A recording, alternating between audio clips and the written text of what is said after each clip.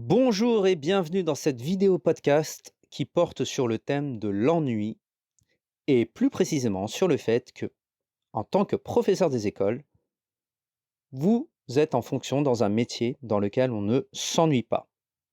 Alors pourquoi on ne s'ennuie pas en tant que professeur des écoles? Eh bien la première chose, le premier élément, c'est que en tant que professeur des écoles, on connaît un rythme soutenu tout au long de la journée de travail. Le métier de professeur des écoles est un métier où l'on ne s'ennuie pas. C'est une évidence. Le rythme, tout au long de la journée, est très soutenu, parfois trop soutenu. Votre journée commence vers 8h30 ou vers 9h du matin, et dès cette heure-là, vous êtes, d'une certaine façon, en alerte. Le rythme assez intense des séances fait que le temps passe très vite. Vous aurez certainement l'impression d'ailleurs de ne pas aller au bout des choses. Sachez que c'est tout à fait normal, surtout en début de carrière. La gestion du temps est une des choses les plus complexes du métier de professeur des écoles. Elle s'acquiert avec le temps, justement, sans mauvais jeu de mots, et avec expérience. C'est donc quelque chose qu'il faudra travailler. Au début, vous voudrez très certainement aller au bout de votre séance, aller au bout de vos séances. Et vous verrez que vous n'y arriverez pas, ou pas toujours. Avec l'expérience, vous apprendrez réellement à gérer votre temps. Mais il n'en demeure pas moins qu'il est très complexe de ne pas ressentir le temps qui passe trop rapidement. Le rythme soutenu imposé par le métier de professeur des écoles s'explique également par le fait que c'est c'est un travail en collectif. Ainsi, vous n'êtes jamais seul face à un ordinateur. Vous n'êtes jamais seul face à d'autres adultes. Cela diffère en cela de plusieurs métiers que vous allez retrouver dans le secteur privé. Vous êtes quasiment toujours en présence des élèves. Et certes, ce n'est pas forcément du temps d'enseignement, mais vous avez quasiment toujours un élève à vos côtés. Ce sera évidemment le temps de classe, mais également le temps de récréation. Et ce travail constant en présence d'enfants fait également que l'on ne s'ennuie pas.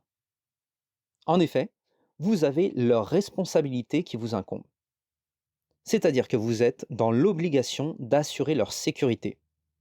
Ainsi, vous aurez une certaine forme de pression quasi constante tout au long de votre journée de travail. Alors, cette formulation est tout de même à prendre avec des pincettes car elle varie d'une personne à l'autre. En effet, certains enseignants ressentent jusqu'à la fin de leur carrière une certaine forme de pression, alors que d'autres sont beaucoup plus détendus. Mais il n'en demeure pas moins vrai que vous avez leur sécurité sous votre responsabilité. Et c'est ce qui fait également que ce métier a du sens. Mais tout cela a une certaine forme de contrepartie. C'est un travail qui demande beaucoup d'énergie. Et il n'est parfois pas possible de faire une pause. Si vous êtes seul en classe, comme c'est le cas de la plupart des enseignants, vous aurez même parfois du mal à trouver du temps pour aller aux toilettes. En effet, les élèves étant sous votre responsabilité, vous ne pouvez pas les laisser seuls. Et cela à aucun moment. Tout du moins, on risque de vous le reprocher en cas de problème. Et il vous arrivera peut-être parfois de ressentir une réelle fatigue nerveuse. C'est également tout à fait normal.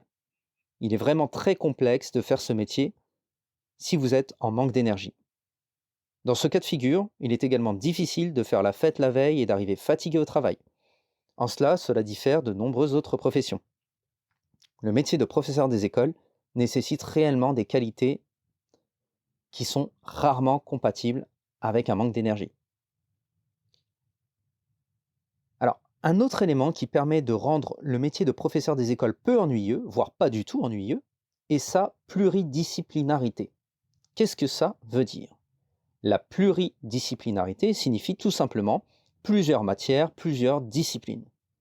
En tant que professeur des écoles, vous serez amené à enseigner différentes disciplines.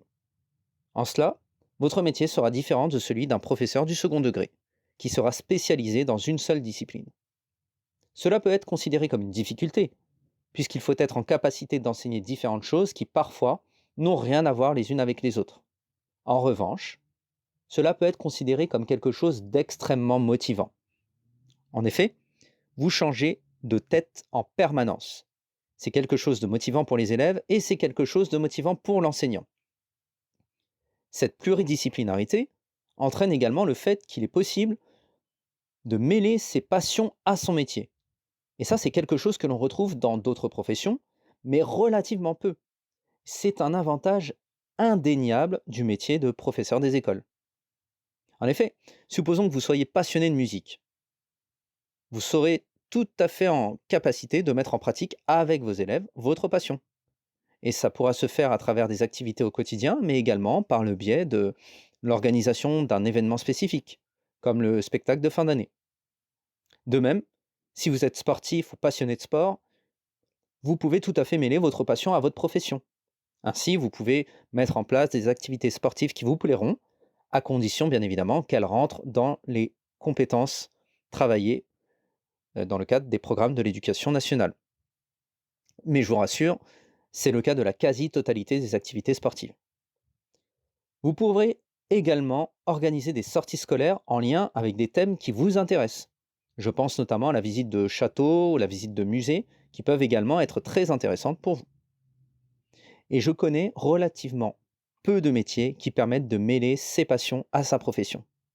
La pluridisciplinarité offre cet avantage. Merci d'avoir écouté ce podcast jusqu'au bout. N'hésitez pas à le liker, n'hésitez pas à le partager. N'hésitez pas également à télécharger votre livre gratuit sur le métier de professeur des écoles. Le lien pour le récupérer est dans la description. Et je vous dis à très bientôt pour un prochain podcast.